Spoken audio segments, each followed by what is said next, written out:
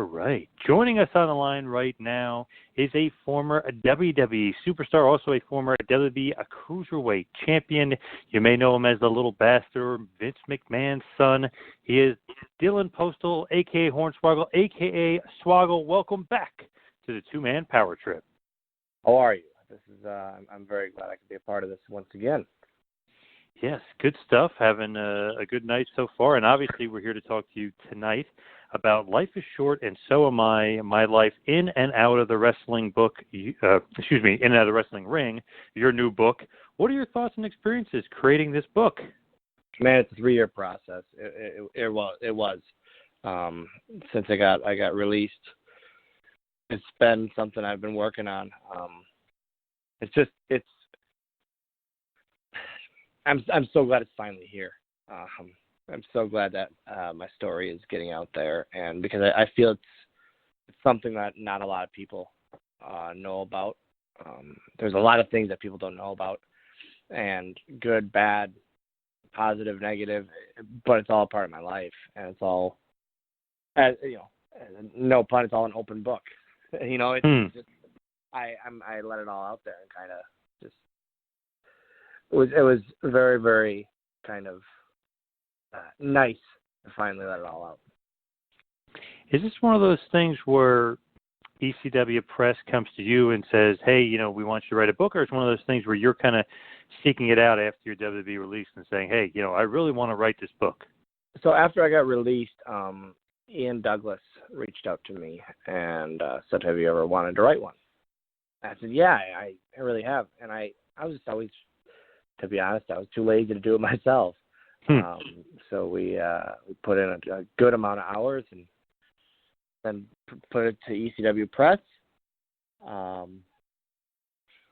Excuse me.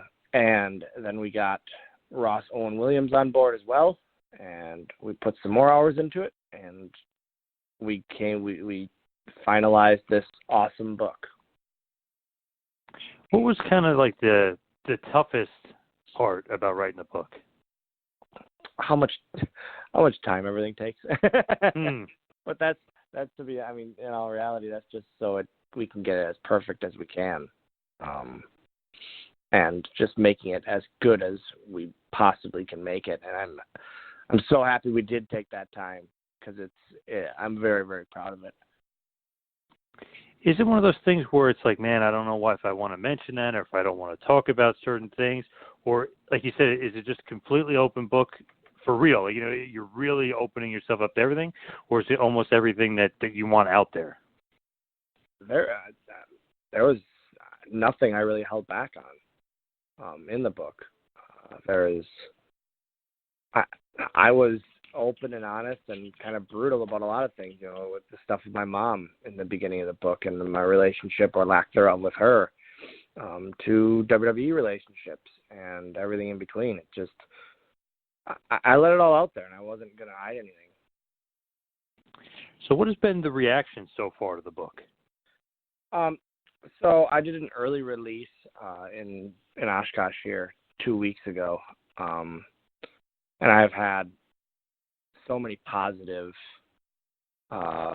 things said to me about it. And my biggest thing was I wanted it to sound like me, like you were having a conversation with me. And that's what everyone has said. That's what it is. It sounds like they're just talking to me, over dinner, over drinks. And that's what I wanted. It's awesome when you think about, being able to write a wrestling book, and you always see, there's all these legends, and this person, that person who has a great story, and this person has a great story, they're able to write a book. Do you think to yourself, like, wow, I've come such a long way. Not only did I make it WWE, had a 10-year run in WWE and things like that, and make it into the wrestling business, but you also think almost a little bit advanced past that. It's like, wow, I got a book, and a lot of people are really interested in my book and my life story. That's the crazy part, is I keep checking things off my bucket list that I didn't even know were on it. And this was one of them. I would have never thought I would write a book. Like, it was always just a pipe dream. And now it's here, and it's a really cool feeling. Pardon me. It's a really cool feeling to have that accomplishment under my belt, and it's crazy. Not like everything that I've done in my career has been so nuts that I've gotten a chance after chance to do these things. It's awesome to kind of sit back and look at the things you've done, and obviously anybody with a 10-year WWE run is pretty amazing. It's pretty hard to be in WWE for that long and be on TV for that long and have a run. Is that one of the things that you really kind of wanted to make it known and make it the biggest part of your story, so to speak? Obviously with my fan base, it is because of WWE and because of pro wrestling. So that is a large chunk of the book. But I would say it's far from just a wrestling book. That's for sure. Now, obviously, with your story, and you were just in love with wrestling, the way you were born, to the condition you had, the dwarfism stuff. Is it hard to go back and kind of relive some of the stuff that you had to go through? Because obviously, tough upbringing, and to be where you are today is pretty amazing, and do the things you did were pretty amazing. Is it kind of hard to go back and go over that stuff and kind of relive it? The stuff with my mom, not so much, because I'm over it. It's been over 20 years since her and I had any kind of relationship, so that's kind of, I was so young when she kind of got out of my life, so that wasn't nearly as hard as what people might think. But still, with my grandpa passing away, that was tough to relive again, and that was rough. And then, surprisingly, describing how the day of my release happened was tougher than I thought it would be. It's I don't know why, and I don't know why, because I'm so happy now. But I'm so happy with being on Independence. But it's almost like reliving that day again of the question of what do I do now was very, very emotional for me. I could see that definitely being highly, highly emotional. Were you shocked by your release by WWE? No, I was sitting home for a year and a half, not doing anything. I was there, like you said, I was there for 2 weeks under 10 years. When I was told in the beginning it was going to be a 6-month run, and I knew it was coming. It was just a matter of when. Now, you said it was kind of hard to relive it again. Why was that? You said you kind of expected it, so how come it was so hard to kind of relive it in the book? I don't know. I think it just brought up the thought of, the thoughts of that day, and the thoughts of the scary feeling of what do I do now, and to provide for my son, and to for life, what do I do? Is this it? Is it time for that scary real job? It was very weird to relive. I didn't think it would affect me like it did. Now, obviously, when you get released, you said the book was a 3-year process, but did it come to you almost immediately as far as wanting to write the book and after the release? Yeah, it was 2 weeks. 2 weeks after my release, maybe, and Ian Douglas reached out to me. Right. So, at that point, were you actually thinking this is going to be successful, not successful, let's just take a shot in the dark, or you knew that people were interested in the story outside of just, what you did in WWE? Well, to be honest, it was kind of selfish. I just wanted to be able to say at that point that I wrote a book. Hey, that's a pretty big accomplishment. Yeah, I just wanted to finally do it. I wanted to for, forever. I wanted to, but to say I did, that's another thing. As far as, obviously getting into WWE and that part might be the toughest thing. Obviously staying there 10 years is a huge accomplishment, but how did you actually get signed and get in and kind of break that wall down and get into WWE? Ken Anderson, is the guy who trained me in Green Bay in 2003. And he was working for WWE at the time, and they were looking for a guy like me for Finley, and then he put his name out there for me. And it just, I owe him legitimately 90% of my career, from training me on the Indies to getting me in my foot in the door at WWE and everything in between. I owe him a lot. And then I had my my tryout, and it was off to the races. Now, when all that stuff happens, when do you actually kind of meet Vince, or does that take a while to meet him?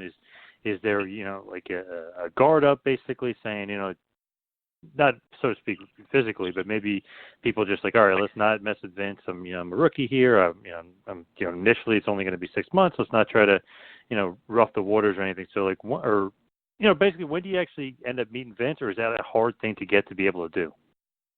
I met him the day of TV, when we were going to when we were doing rehearsals for my what was going to be my debut, and that was the first time I officially met him, and it was very intimidating. It was here. He's a very intimidating guy. Is he friendly when you get to know him? Is he really intimidating? Is he a tough boss? Because you always hear these stories, and you never know who to believe, what to believe, and if people are just kind of building him up to be a cartoon character. He's a boss. Like, I always say, he's just a boss. If you do what's asked of you, like any boss, you're going to have a great relationship with him. And do you think with Finley, do you think that was initial? Because I think it's just, you look at you guys, like, it ended up being great chemistry, great pairing. Obviously, you start off as a little bastard. Did you like that? Did you think, like, this is great for me, this is good chemistry? Or you're just thinking, oh, God, I'm just happy to kind of break down the door here and be even in WWE? So my first day, I had a couple hiccups and mess ups in the rehearsal for my debut. So I thought it was going to be over before it started, essentially. But I pulled it together and it went well, and then we filmed SmackDown that night, and everything went off without a hitch. It was great. I just felt so accomplished at that point. Like, we finally, it was just crazy to me that I finally was appearing in a main slot on WWE. Very, very cool. And it was a very cool and different gimmick at the time, and doing that with Finley was obviously very cool. What was the relationship like with him and the chemistry with him? Him and I always, from the literal start, he and I always had fun together. Always joking around, always laughing. I called him Dad. I text him on Father's Day to this day. Happy Father's Day. Wow. He was my wrestling dad, and I still feel that way. And what does he say back to you? I mean, is he really appreciative? Does he really, kind of have that bond with you as well? Yeah, he always looked at me like one of his kids. That is awesome. Finley, I mean, arguably one of the most underrated, like, just great workers, great wrestlers, great minds for the wrestling business. Yeah, and he was the leader for the lead producer for the Divas since 2001, I believe, and just, man, he's been, I will say, he's the reason that it went from bra and panty matches to what you see on TV today. He's definitely played a huge role into them becoming, not from Divas to the women's division, obviously taking them more seriously, and being more wrestlers. Did he teach you a lot as well, as far as some in-ring stuff, what to do, little secrets, little tricks of the trade? Not as much as I probably should have learned, but I would always, I was front row for all of his matches. Just seeing him do what he does, it was always awesome for me. Very, very cool. And obviously, eventually, you helped Finn win the U.S. title. They changed your name to Hornswoggle. Whenever they do, like, the name changes or create names, I'm always just curious of like where it comes from. Does it come from the writing staff? Does it come from the wrestlers itself? When they decide to make you Hornswoggle, obviously first a little bastard, but when they decide to make you Hornswoggle, is that their call and them just naming you, or do you have any input at all?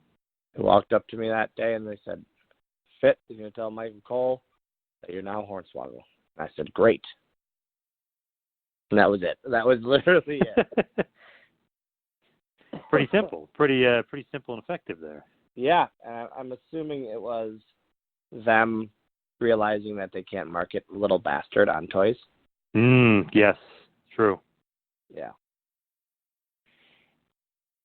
And do you have any say as far as things going on in your character at this point? Or is it all, like you said, like Michael Cole says, you know, you get a message from somebody and you're just doing as you're told and you're just rolling along with it? I was so new to it at that point. I just wanted to be in that role and do whatever I could. I was happy. I was happy with anything given. Coming up from under the ring, jumping on a guy and going back under. You know, that 5-second thing I was elated about. So cool if you think about it back then. Like, you didn't really have that kind of entertainment value as far as, okay, this guy's going to come out from under the ring. Who is this guy? What is he doing? It was so different and so cool. And I just think, like, man, like, just little things like that just kind of pique your interest because you're like, that was different, right? I mean, they're like, okay, this is something kind of cool and something different. It's almost like how Bray, you know, they're doing with The Fiend right now, where you never know when he's going to pop up.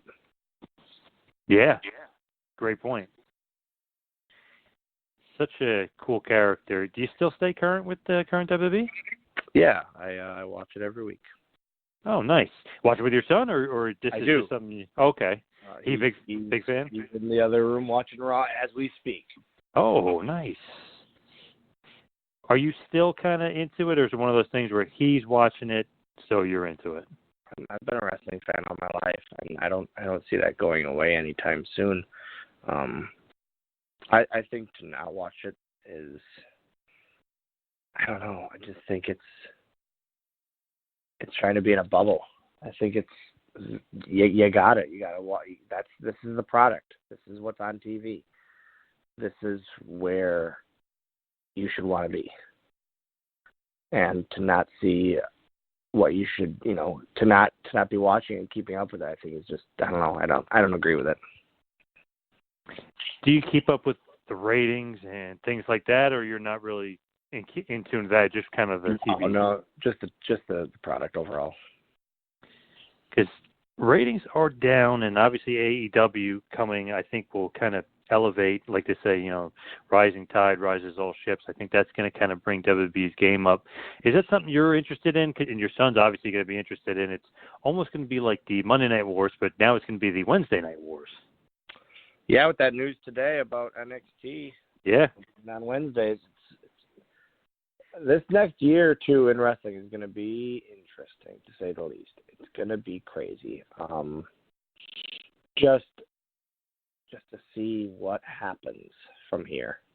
It's going to be a really fun time in wrestling and interesting to see what happens. Absolutely. I feel like WWE is definitely going to be changing some things up. Obviously, they bring in Heyman and Bischoff for a reason. They're, as executive directors, they're trying to change some things up, and obviously they recognize what's going on with AEW. Is it one of those things where you kind of see what's going on in AEW, you want to get involved, not necessarily AEW, but it's like, yeah, I want to get back on TV. Does that kind of, you know, even get your juices flowing as far as wrestling? I'm having fun no matter what I do, legitimately, whether it's, you know, showing up at the Greatest Royal Rumble or the Royal Rumble or wrestling in, you know, Podunk, Kentucky. I'm loving what I'm doing. So I'm up for anything, absolutely anything. That was pretty cool that you know, total surprise appearance, Greatest Royal Rumble, obviously, and you're going all the way out there for it. Was that one of those things where they literally told you way in advance that you're going to be a part of it, or almost shocking you and saying, "Oh, get ready, you know, next week, get ready"? I think for Greatest Royal Rumble, I maybe knew 3 weeks out. maybe 2 weeks, I forget. But the Royal Rumble, my stuff that I did in the Women's Royal Rumble last year, I knew that Monday. So it was pretty crazy how quickly I found out, or how short notice I found out. Do they tell you, like, you got to keep it a secret? Do you, make sure you just be quiet about it? Or they don't even say anything like that? I don't even remember, but I know I didn't want to tell anybody because I always think, what if it doesn't happen? Then I'm, getting hopes up. Oh, yeah, that's true, too. Yeah, you got to look at it from that point of view. Yeah, it's true. Now, with the Greatest Royal Rumble, the Women's Royal Rumble making surprise appearances, are you always shocked when they give you a call? Expecting a call? How does that kind of work for you mentally? It's man, those were so surprising to me. I was not expecting them in the least bit, and it's just crazy to me how I'm still in the mindset or in the minds of them at times. For that, I'm very, very blessed and thankful that I am. It is kind of cool because if you're surprised by it, obviously the fans are surprised by it too. So it's really cool for the fans because it's just like, oh wow, I didn't expect that. And whenever there's a curveball or a surprise, it's always good for the fans.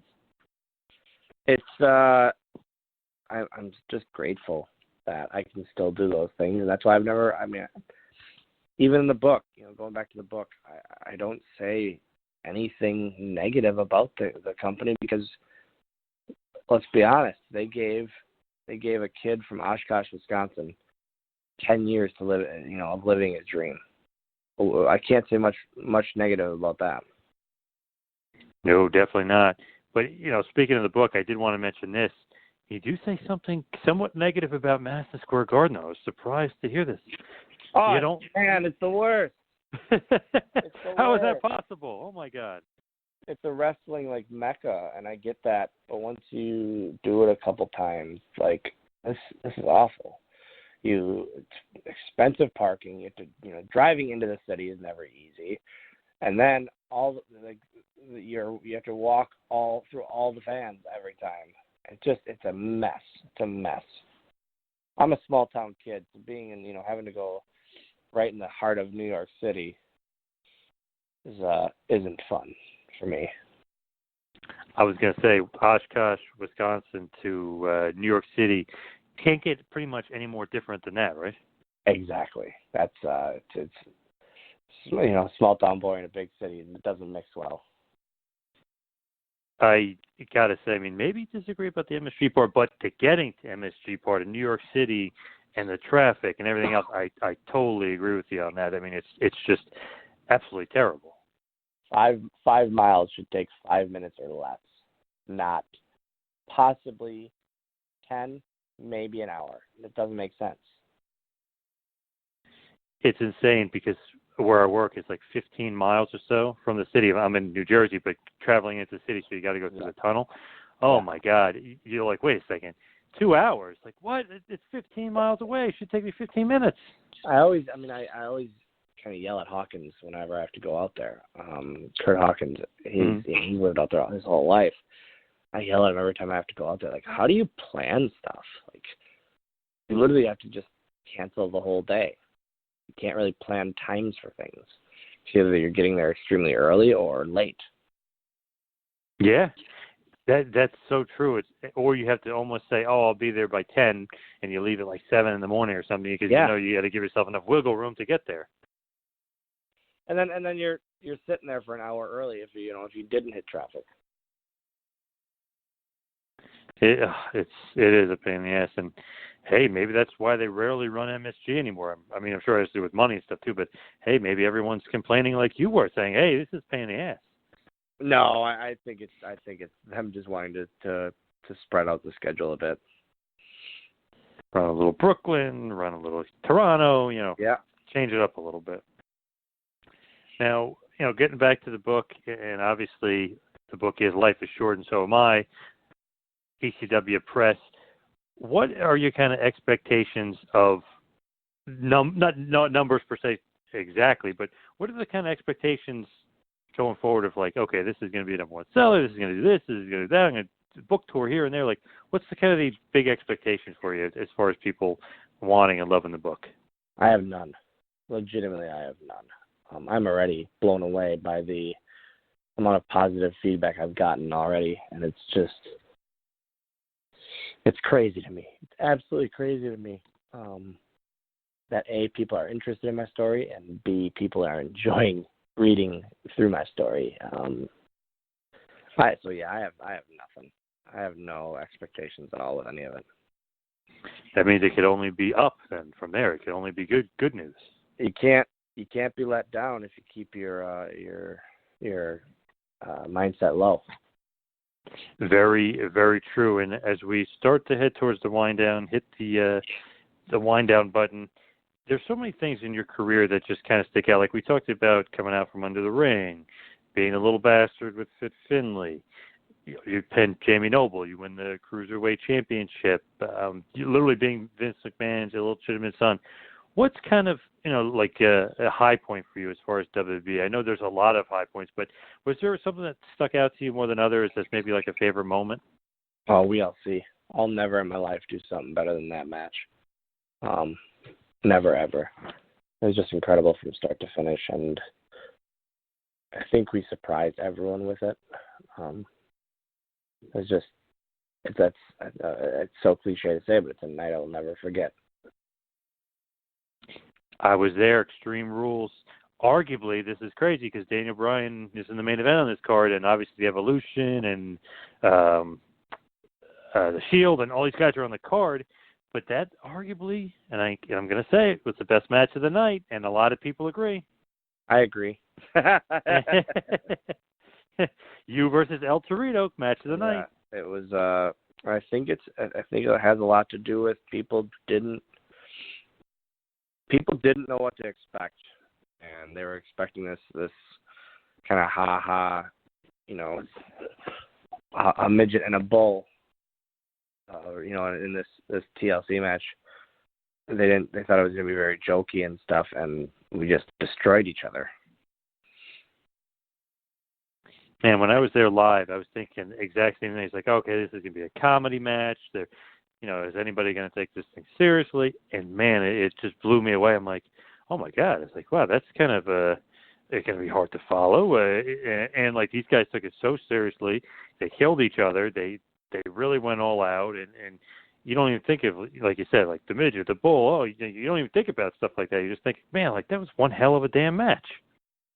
Drew McIntyre just randomly did a flip over the top rope through a table for pretty much no reason in that match, and it's just like, okay, that shows how much everyone in that match wanted to do anything they could to make it the best thing possible. Going into it, like we were talking about the book having expectations, going into that match, did you have any? Or were you kind of like, still maybe a little chip on your shoulder saying, man, this is going to be way better than anybody thinks? I wanted to be able to walk through the curtain almost with, double birds and thinking like, see, I told you guys I could do this. And what happened when you went through the curtains? My first ever standing ovation. It was magical. Wow. I always talk about how I didn't get out of my gear for like 2 hours just because I didn't want that feeling to end. That is awesome and kind of a great reaction. And obviously the crowd was reacting the same way the wrestlers in the back were reacting. That was probably the coolest thing. Is one of the other cool things that night of just all my peers, smiling ear to ear and meeting us, back through the curtain, and just saying how well we did, complimenting us. Man, it's just I remember thinking back, like, wow, like no expectation of the match, such a great match, and it might have been better than the main event, might have been better than the match they promoted the most, the six-man. So it's really saying a lot, and it's kind of like, I hope I'm not overstating it, but anybody out there, highly suggest find Extreme Rules. I believe it's 2014. Yep. And man, in New Jersey, obviously watch that match. You will be pleasantly surprised, and you might have the same reaction as us. Match of the night. I hope so, because I sure feel that way. Now, as far as some other things you cover in the book, obviously, you talk about DX and Triple H and Shawn Michaels and dealing with that whole feud and kind of almost being surprised a little bit, maybe intimidated a little bit. Is it one of those things where, depending on who you were working with, you were kind of more comfortable, maybe a little bit more intimidated by working with guys like DX? Yeah. Hunter already at that time was in a very, very high profile role in the company. So I never wanted to mess up around him, and just him and Shawn together. They're such legends in wrestling. I would never want to mess anything up when it comes to working with them. So many cool things that I didn't even mention. Being, Vince's illegitimate son, you feud with Vince a little bit, then you become Finley's son.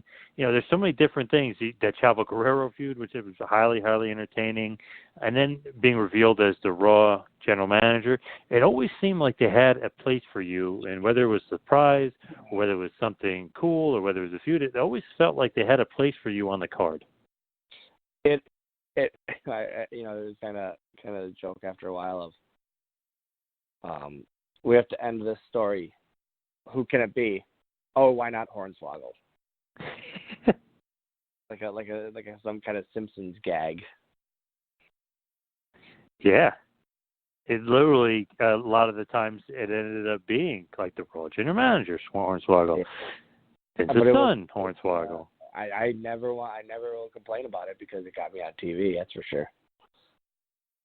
Yeah, and it got you on TV a lot, and that is kind of funny. It's like, okay, we need Vince's illegitimate son. Yep. It's not, it's not going to be Ken Kennedy. It's going to occur, it's going to be Hornswoggle, the Raw general manager. Are those things they tell you about in advance, as far as like, okay, you're going to be revealed, or this is literally like right then and there, like, well, we need somebody, you're it. Vince's son, I knew at 3:00 that day. I went from not doing anything on the show to being revealed in this insane storyline. That is crazy. It's almost not enough notice, unless they don't want you to kind of. Bruce Pritchard took my phone that day and said, "Hey, I'm gonna need your phone." I said, "For what?" And he told me why, and that was. He goes, "We don't want this getting out to anyone, so we want to take all the precautions we can." That is pretty damn cool. Yeah. You don't want anything like that, obviously, getting out and being released. Is there any other kind of, obviously, without getting into too much detail, but is there any other like revealing story that the people will be really interested to see or to read in the book? I think there's a good amount of them. From my first day, my first day on the job at rehearsal and almost messing it up before I even debuted, to my first riding car of myself, the great Khali, Davari, and Mark Henry. I feel like there's a lot of stuff that people are going to be very, very interested in and hearing the ins and outs of. That is awesome. And what was your absolute, like, kind of favorite part of writing this book and finally, obviously besides finishing it, but, getting that paper, what's been the absolute favorite part of this book and this experience? I don't know. Like, I think maybe talking about how much Landon, my son, has really changed me as well. And how much of an awesome part he is in my life. Again, that's something I'm sure that not a lot of people know about me. Some of them may know I have a son, but not just how awesome our relationship is. So that was very, very fun to talk about. And there's so much in this book. One more time, I'll say it. Life is short, and so am I. My life in and out of the wrestling ring, of course, by Hornswoggle himself. ECW Press, definitely check that out. Now, as far as plugs and where everyone can find the book, please let everybody know, where they can find it and how they can get it. You can go on Amazon right now and pre-order it. It releases on September 10th on there, as well as comes out September 10th at Barnes & Nobles and bookstores nationwide. And otherwise, you can go to the ECW Press website and get it on there as well. You can follow me on Twitter and Instagram at WWE Hornswoggle. Just check out this book and just know that, go into it knowing how proud of it I am, and hopefully everyone that does pick it up enjoys it as much as I enjoyed the final product. And please just give us one last tease for the book. Why does everybody want to read this book? Why should everybody go out of their way to get this book on September 10th and go to Amazon and check it out? I think for the simple fact of there's going to be so many things that you don't know about Hornswoggle and Dylan and the inner workings of WWE, and maybe wondered about it. And if you didn't wonder about it, you'll go, oh, I didn't even think about that. Okay. And you'll find it interesting by the stories I've told in it. Right. Awesome stuff. And one last time, ECW Press, Life is Short and So Am I, My Life in and Out of the Wrestling Ring by Dylan Hornswoggle Postel. Dylan, thank you so much for joining us again. And I got to encourage everyone, if you haven't seen it, Extreme Rules 2014, WeLC, got to see that match either before or after you read the book. Thank you very much, man.